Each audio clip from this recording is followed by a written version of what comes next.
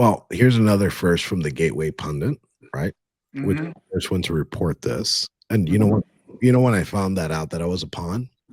When they Mm. decided to stick me in a room and push a paper in front of me, a narrative, not even asking for the truth, a narrative that the person who instructed me to Mm. try to overthrow the government that day was Donald J. Trump, right? Wow. They wanted me to throw Donald J. Trump under the bus, the president of the United States. They wanted me to throw him under the bus.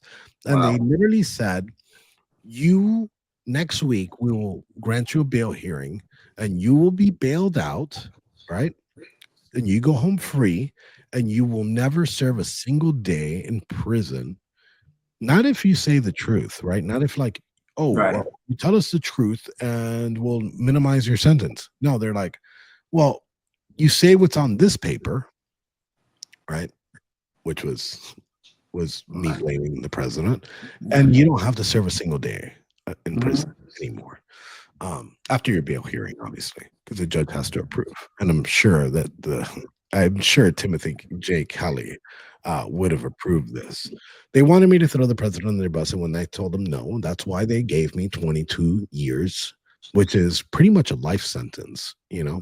Oh, I yeah. still consider myself a young guy. Mm-hmm. I was 38 years old at the time. Yeah. But that is a life sentence.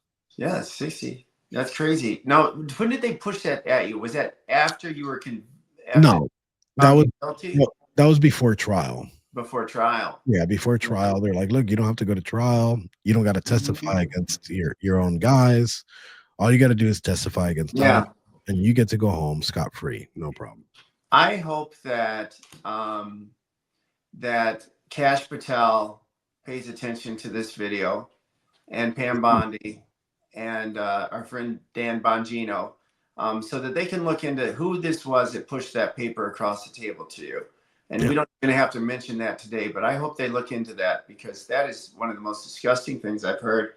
And I think most Americans, and I would pray that not just Republicans, that Democrats would be just appalled that that's what they did to you. It's disturbing that our government would do something like that. yeah, and it's real. This is